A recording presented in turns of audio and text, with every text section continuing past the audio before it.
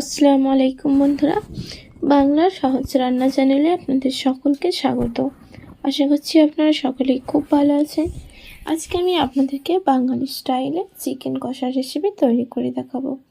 তার জন্য কী কী উপকরণ নিয়ে নেব, তার জন্য আমার এই ভিডিওটি প্রথম থেকে শেষ পর্যন্ত দেখার জন্য অনুরোধ রইল। সবার প্রথমে আমি এখানে 1 কেজি গ্রাম চিকেন নিয়ে নিয়েছি, আর নিয়ে নিয়েছি পেঁয়াজ কুচি, কাঁচা লঙ্কা চিরা, টমেটোর পেস্ট, আদা রসুনের পেস্ট, আর নিয়ে নিচ্ছি কাঁচা লঙ্কার পেস্ট। দেখতেই পাচ্ছেন আমি চিকেনটাকে খুব ভালো করে ধুয়ে পরিষ্কার করে জল ছেঁকে নিয়েছি। তো এরপর আমি গ্যাস জ্বালিয়ে কড়া বসিয়ে নিলাম। কড়ার মধ্যে দিয়ে দিলাম পরিমাণ মতো সরিষার তেল, আর ফোড়নের জন্য নিয়ে নিলাম গোটা এলাচ আর লবঙ্গ, আর নিয়ে দিলাম 1 চামচ পরিমাণ গোটা জিরে। সবগুলোকে আমি খুব ভালো করে ভেজে নিলাম। এরপর এর মধ্যে দিয়ে দেবো পেঁয়াজ কুচি। তো এখানে আমি বড় সাইজের 3টে পেঁয়াজ কুচি নিয়ে নিয়েছি। পেঁয়াজটাকে আমি একটু লাল লাল করে ভেজে নেব। তো এখানে আমি একটু হালকা করে লাল করে ভেজেছি। এরপর আমি এর মধ্যে দিয়ে দেবো 1 চামচ পরিমাণ চিনি, আর দিয়ে দেবো স্বাদ মতো লবণ। চিনিটা দিলে কিন্তু যে কোনো রেসিপির টেস্ট ব্যালেন্স রাখে, আর পেঁয়াজটা কিন্তু খুব সুন্দরভাবে লাল হয়ে ভাজা হয়ে যায়। তো বন্ধুরা, আপনারা দেখতেই পাচ্ছেন পেঁয়াজটাকে আমি লাল লাল করে একদম পেঁয়াজ পেস্তার মতো করে ভেজে নিয়েছি। এরপর এর মধ্যে দিয়ে দিলাম 1 চামচ আদা পেস্ট, 1 চামচ রসুন পেস্ট, আর নিয়ে নিলাম 2 চামচ পরিমাণ কাঁচা লঙ্কার পেস্ট। তো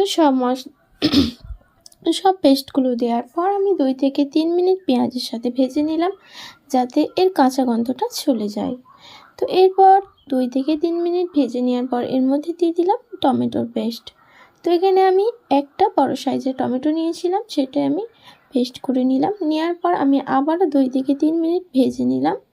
ভালো করে ভেজে নেওয়ার পর দিয়ে দিলাম 1/2 চামচ পরিমাণ ধনে গুঁড়ো, 1/2 চামচ জিরে গুঁড়ো, নিয়ে নিলাম 1.5 চামচ পরিমাণ হলুদ গুঁড়ো, 1 চামচ পরিমাণ কাশ্মীরি লঙ্কার গুঁড়ো, 1/2 চামচ পরিমাণ লঙ্কার গুঁড়ো। তো বন্ধুরা, এখানে আপনারা লঙ্কাটা বুঝে দেবেন, যে যেমন ঝাল খেতে পছন্দ করবেন সে সেরকম ঝালটা নিয়ে নেবেন। তো সব মশলাগুলো দেওয়ার পরে আমি খুব ভালো করে কষিয়ে নেব।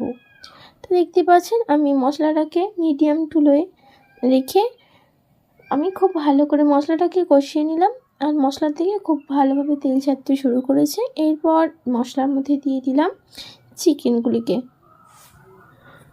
তো আমি সব চিকেনগুলিকে মশলার মধ্যে দিয়ে দিলাম।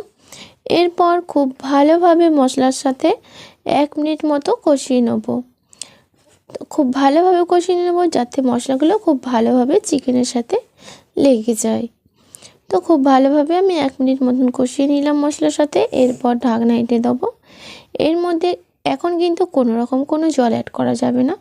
তো আমি ঢাকনা এঁটে 4 থেকে 5 মিনিট মতো রেখে দিয়েছিলাম। আপনারা দেখতেই পাচ্ছেন চিকেন থেকে কতটা পরিমাণে জল ছেড়েছে। তো আমি খুব ভালোভাবে চিকেনটাকে কষিয়ে নেব।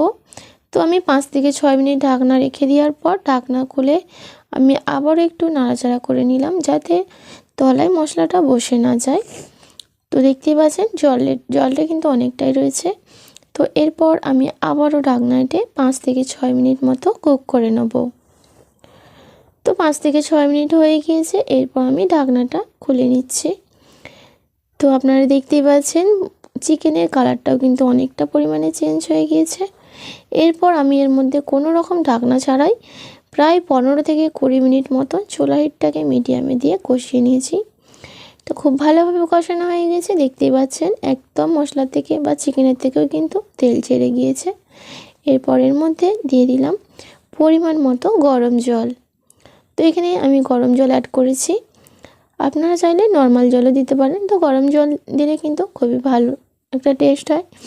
তো এরপর সবশেষে আমি এর মধ্যে দিয়ে দিলাম 4টে কাঁচা লঙ্কা চেরা দেওয়ার পর আমি ঢাকনা এঁটে আবারও 10 মিনিট মতো কুক করে নেব।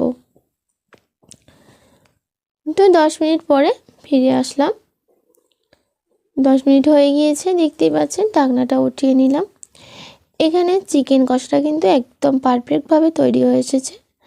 তো আমি সবশেষে এর মধ্যে দিয়ে দিলাম অল্প পরিমাণে গরম মশলার গুঁড়োটা দেওয়ার পরে খুব ভালোভাবে নাড়াচাড়া করে চিকেনের সাথে মিশিয়ে নেব। আর দেখতেই পাচ্ছেন গ্রেভিটা কিন্তু একদম শুকনো হয়ে গেছে আর শুধুমাত্র তেল ভাসছে। আর চিকেনের কালারটাও কিন্তু একদম চেঞ্জ হয়ে গিয়েছে। তো বন্ধুরা, আমার এই রেসিপিটা খুব কম সময়ে সহজ পদ্ধতিতে আপনাদেরকে বাঙালি স্টাইলে এই চিকেন কষা তৈরি করে দেখালাম। আপনাদের কেমন লেগেছে অবশ্যই লাইক করবেন, শেয়ার করবেন আর কমেন্ট করতে ভুলবেন না। আর আমার চ্যানেলে নতুন বন্ধু হয়েছে থাকলে অবশ্যই কিন্তু আমার চ্যানেলটিকে সাবস্ক্রাইব করে দেবেন। পাশে থাকা বেল আইকন বাটনে ক্লিক করে দেবেন, যাতে আমার ভিডিও সবার প্রথমে আপনাদের কাছে পৌঁছে যায়। আপনারা সকলেই ভালো থাকবেন, সুস্থ থাকবেন। ধন্যবাদ।